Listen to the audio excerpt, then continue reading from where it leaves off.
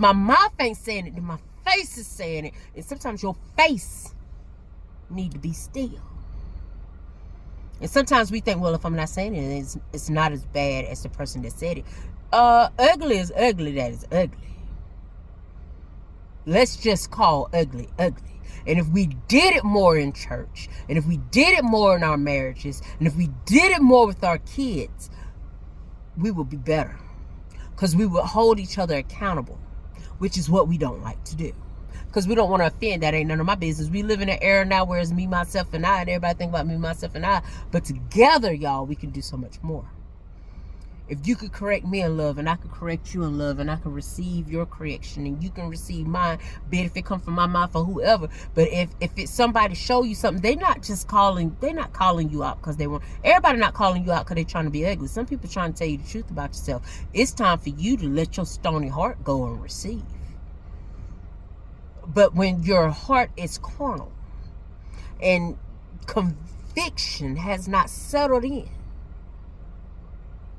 you won't find no wrong in what you're doing. You'll find it in everybody else. And that's why God wants us to remove that log from our own eye. Stop looking at other people. God wants you to, when you're working and trying to get somewhere with God, when you start looking at yourself and saying, God, it's me standing in need of prayer. It's me dealing with jealousy. It's me dealing with hard-heartedness. It's me dealing with anger. It's me dealing with not knowing when to hush up. It's me with the crooked places in my heart and the nasty parts of my mind. It's me. You can't fix what people won't admit to. But they always got to be right. Some people don't know they controlling. It took my mama telling me enough, you can be controlling. But you're not alone.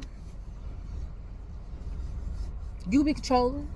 Now, when my heart wasn't trying to get right with God and I was just singing, but I wasn't actively in an approach of God, I would argue her down with that. And say, no. You're just judging.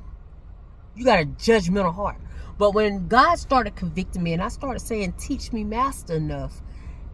And he said, well, if I teach you, you got to sit down in this classroom and be willing to listen to my word and my correction. Because sometimes I'm sending people that it may be hard for you to hear it from, but I know they're going to tell it to you.